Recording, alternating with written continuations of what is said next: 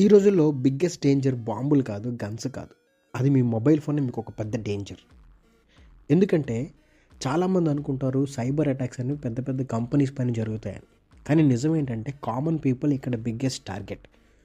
మీరు ఒక్కొక్కసారి క్లిక్ చేసిన, ఒక ఓటీపీ షేర్ చేసిన మీ లైఫ్ టైం సేవింగ్స్ మొత్తాన్ని ఖాళీ చేస్తారు.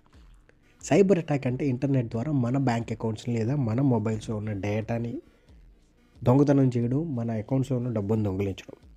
బేసిక్గా చెప్పాలంటే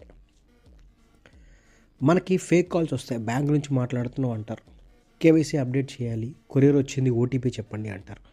మీరు కనుక లింక్ క్లిక్ చేశారా, ఓటీపీ షేర్ చేశారా, అక్కడితో గేమ్ ఓవర్ అయిపోతుంది. ఇండియా డిజిటల్గా చాలా ఫాస్ట్గా గ్రో అవుతుంది యూపీఐ ఆన్లైన్ బ్యాంకింగ్స్లో. కానీ ఇక్కడ సైబర్ సేఫ్టీ అవేర్నెస్ అనేది చాలా చాలా తక్కువగా ఉంది, చాలా కొంతమందికే ఉంది.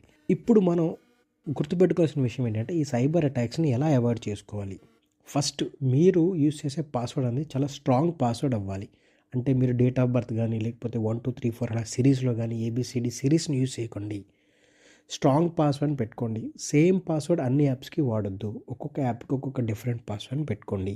నెక్స్ట్, ఓటీపీని ఎవరితో షేర్ చేయొద్దు. ఈవెన్ బ్యాంక్ నుంచి కాల్ చేస్తున్నామన్నా, పోలీస్ అన్నా సరే, కంపెనీ అన్నా, ఎవరినైనా సరే ఓటీపీ చెప్పొద్దు.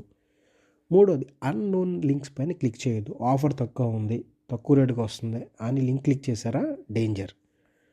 నాలుగోది చాలా ఇంపార్టెంట్. మనం రైల్వే స్టేషన్స్లో కానీ కొన్ని కేవ్స్లో కానీ అక్కడ ఫ్రీ వైఫై ఉంటుంది. ఆ వైఫైని యూజ్ చేసుకొని ఆ టైంలో మనం ఫోన్పే ట్రాన్సాక్షన్ కానీ ఎనీ పేమెంట్ ట్రాన్సాక్షన్స్ చేసామా, ఖచ్చితంగా మీ మొబైల్ అనేది అటాక్ అయ్యే ఛాన్స్ ఉంది, సైబర్ అటాక్. సో గుర్తుపెట్టుకోండి, ఇక్కడ యుద్ధం బాంబులతో కాదు, మీ మొబైల్తో మొదలైపోతుంది. అది మీకు మీరుగా చేసుకున్న పొరపాటు అయిపోతుంది.